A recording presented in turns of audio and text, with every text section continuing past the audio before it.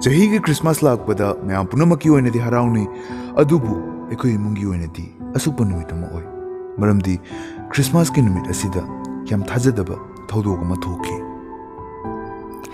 ꯑꯩꯈꯣꯏ ꯇꯥꯃꯣꯅ ꯑꯩꯕꯨ ꯊꯣꯏꯅ ꯈꯟꯕꯤꯗ꯭ꯔꯕꯁꯨ ꯑꯩꯅꯗꯤ ꯃꯥꯕꯨ ꯌꯥꯝꯅ ꯅꯨꯡꯁꯤ ꯃꯔꯝꯗꯤ ꯏꯕꯥꯅꯤ ꯐꯥꯏꯕꯣꯛꯅꯤ ꯃꯥꯅ ꯐꯅ ꯏꯟꯊꯣꯛꯄꯤꯔꯕꯁꯨ ꯑꯩꯅꯗꯤ ꯀꯩꯗꯧꯅꯨꯡꯗ ꯏꯕꯨꯡꯕꯨ ꯃꯤꯔꯥꯏꯔꯣꯏ ꯉꯁꯤꯗꯤ ꯑꯩꯈꯣꯏ ꯇꯥꯃꯣ ꯂꯥꯛꯄ ꯅꯨꯃꯤꯠꯅꯤ ꯉꯁꯤꯒꯤ ꯅꯨꯃꯤꯠ ꯑꯁꯤꯗꯅꯤ ꯌꯥꯝꯅ ꯀꯤꯕ ꯊꯧꯗꯣꯛ ꯑꯗꯨ ꯊꯣꯛꯈꯤꯕꯗꯣ ꯌꯦꯁ ꯃꯃꯥ ꯉꯁꯤꯗꯤ ꯇꯔꯀꯤ ꯆꯥꯔꯅꯤ Elsa, turkey purani. Ado Elsa, nabungdo. Sanawaramdagi thiba phangkidre. Kadaidano chalamdoisibu gyanam tade. Ai kok yam saingo Elsa. Nang yam haraurakhinu ai kok sai. Mama, sorry. Turkey do akhoi ibungdo thiraga oina kona charasiko punna. Grace, karino haisibo. Ngaikone kadaidano chakridubo nang khangaudrane amtaka. Samro laure hey. Kadai chakrano. Si mang re jibu kamai toi janu subo ai kadai nu thidu bo. Ai ngamaroi bo ai ingi bo ai mapan dai su lai mina ai tumage bo. Elsa, nang nabungdo sonda thiucho ai sonda thiuge ka ba. Dad, left to right to wrong. Left to right to natini. Na right ta ai left. Okay, Dad. Okay. Mama ni. Karino ni? Abungo, nang sindali ramya. Ima, I came to the Ima. Kino? Nang nakim to the harisidi. Tawra mani soidra kino ma. Nagi manamam nami. Nang kinom tawra mali. Ima, I don't know Ima. I came to the Ima. Abungo, nang natawi ni ay kangi. Nang tawdoy ni.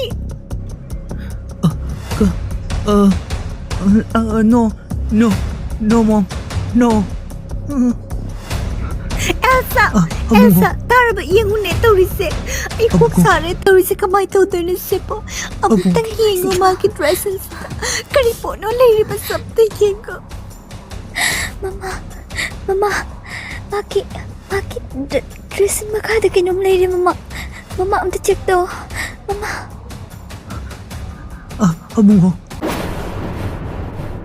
ꯁꯤꯒꯤ ꯃꯇꯨꯡꯗ ꯃꯈꯣꯏꯅ ꯎꯈꯤꯕ ꯗ꯭ꯔꯤꯁ꯭ꯌꯗꯣ ꯊꯥꯖꯕꯒꯤ ꯋꯥꯡꯃꯗꯅꯤ ꯔꯣꯅꯥꯜꯗꯀꯤ dressing ꯇꯦꯕꯜꯒꯤ ꯃꯈꯥꯗ ꯆꯥꯎꯔꯕ rabbit ꯑꯃ ꯃꯀꯣꯛꯀ ꯃꯁꯥꯒ ꯇꯣꯉꯥꯟꯅ ꯇꯥꯗꯨꯅ ꯂꯩꯔꯝꯃꯤ ꯀꯅꯥꯒꯨꯝꯕꯅ ꯃꯥꯒꯤ ꯉꯛꯁꯝ ꯑꯗꯨꯕꯨ ꯍꯤꯡꯆꯥꯏ ꯌꯥꯏꯇꯕꯒꯨꯝ ꯄꯨꯛꯇꯠꯂꯒ ꯍꯥꯠꯇꯣꯛꯄꯤꯗꯨꯅ ꯊꯝꯕꯤꯔꯕꯒꯨꯝ ꯌꯥꯝ ꯀꯤꯅꯤꯡꯉꯥꯏ ꯃꯁꯛ ꯑꯣꯏꯔꯝꯃꯤ Ima, aina tawin natte abase. Aibu thajabiyo Ima. Baba, aibu thajabiyo. Aina tawin natte. ꯁꯤꯒꯤ ꯃꯇꯨꯡꯗ ꯔꯣꯅꯥꯜꯗꯄꯨ ꯃꯦꯟꯇꯦꯜ ꯍꯣꯁꯄꯤꯇꯥꯜꯗ ꯄꯨꯕꯤꯈꯤ Ronald, nang hojik khara nuairabo nasado? I came to the doctor. I came to the Ajum chalage. Doctor, Ajum chalage. Please, Ajum pubiyo. Ronald, nang anabo pharaga pugadawni ne. Nang hojik ne katang watleba ko aduna nang yumda puba yaroi ne. No, doctor, no. Please, I want the cream treatment no. Please, I want it, doctor. Please, I want the jump to pubiro. I, mama, papa, uningi. Please, doctor, please. Ronald, stop it. Adumba angang machagi thabak to togano. Tuminna layo. Aina hojik hairisini nang operation gi matam yore. Ngahal lerga nang operation tawdrobani. Nang kidney am thukdrobani. No, doctor, no, please, no, doctor, please. I ngamoy. I kidney biba ngamoy, doctor. No, doctor. Yaroi, law, jealous law. No!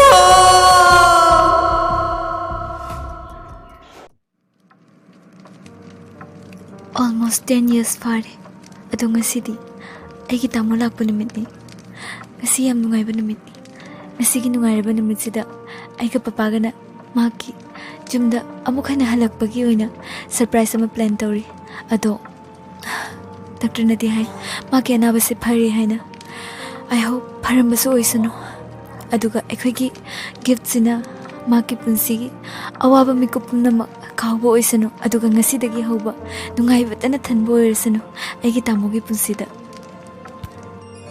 Mama, Ay lae. Icha! Icha lae! Icha lae! Sanatoiba, Nalayadana, Yam Nuare, Sanatoiba, Kamai Tori, no the Yamati open Nebetor, Nang Nuare Pro. Ma, Makuna Torum Liba decoration, Mam to Uraka, Amatahara Pulamde, Aduga, Mawabana hung the Bohan Kadiso, Mati indecent Kumamde. Icha, nang kay chaninge, ngasi din nangi apa mo pa naman ay natungi ngasi. Ay nani, nangi apa mo pa naman tungi. Nang piyong doro, ato ka fresh oil ka lao ko. Ay, nang icha na basing do, ay na silang ka tamdaw ni. Cho, nang fresh oil doro ko. Tamo girum do, tamo na jet kiba namitagi. Leho pibam do, atumay na asung ngasi sulady. Kanam do buso ande ina. Ay, mama, papa, kanam do bo. Ay na tamo gi room do, ngaksen do na tamliye. Rabbit to Sulady.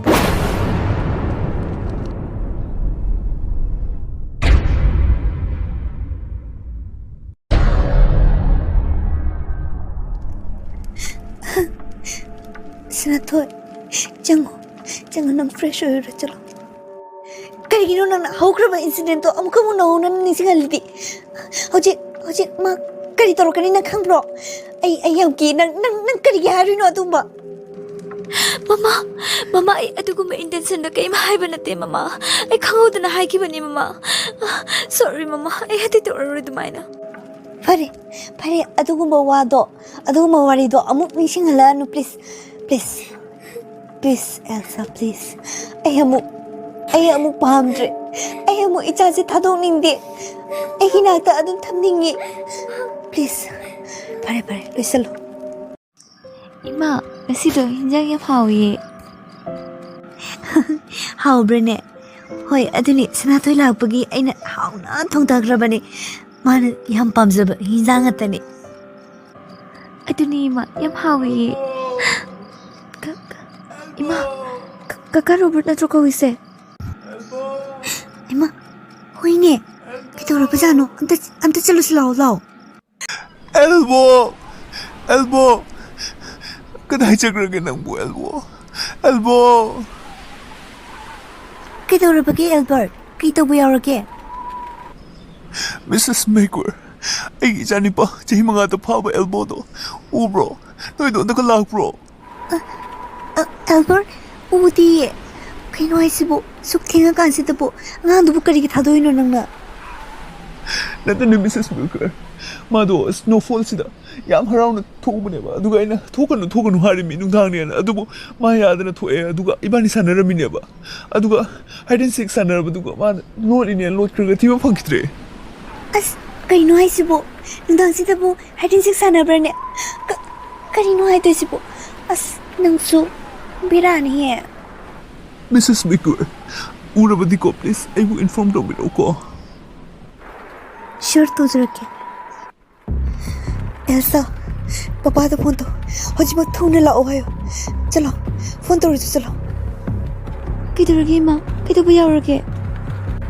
Why am jaga hangano? Ay na hari bisito. Chalo.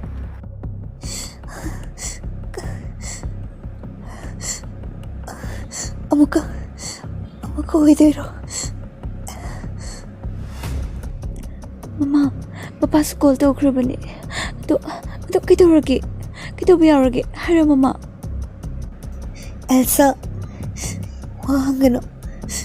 Rundo, hango. Kiduragi ba mama? Ngayam kihala ka no ba? Nabong ikado kitong hango ay mi. Pare ma. Elsa, pumakari mo. Kiligi mo.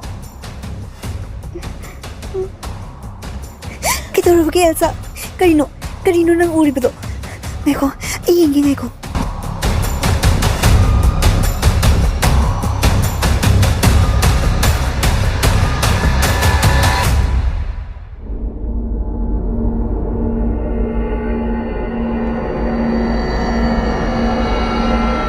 Mama, ayna tawde mama. Ay tawde. Ayna tawin nate. ꯑꯩꯅ ꯇꯧꯏ ꯅꯠꯇꯦ ꯃꯃꯥꯡꯒꯤꯗꯨꯁꯨ ꯑꯩꯅ ꯇꯧꯏ ꯅꯠꯇꯦ ꯍꯟꯗꯛꯀꯤꯁꯤꯁꯨ ꯑꯩꯅ ꯇꯧꯏ ꯅꯠꯇꯦ ꯑꯩꯅ ꯇꯧꯕ ꯅꯠꯇꯦ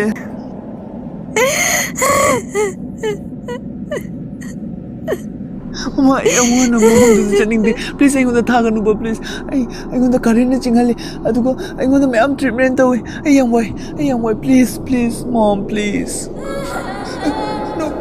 No mom please mom ꯑꯩ ꯕꯨꯀꯟꯕꯤꯌꯣ mom ꯑꯁꯤꯗꯒꯤꯗꯤ ꯑꯦꯜꯕꯔꯠꯅ ꯃꯆꯥ ꯍꯥꯠꯄꯒꯤ ꯗꯟꯗꯤꯗ ꯄꯨꯂꯤꯁ ꯄꯨꯔꯛꯇꯨꯅ ꯔꯣꯅꯥꯜꯗꯕꯨ arrest ꯇꯧꯍꯟꯈꯤ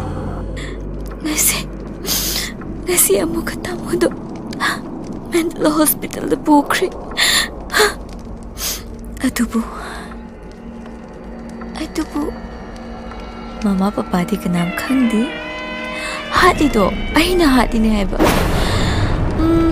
aigidi iphone lay dumi dana no kidney amadi jonma mathau tani aduna mak to aina phalaga mental hospital da operation to honbaneba mak liramdrabadi aise aphabi kamaina sagani angau binya na mi punam na khangani e sorry tamo nangse aigi damaktadi laina thabirak pa aigi nungshi baibung ni nungshi baibung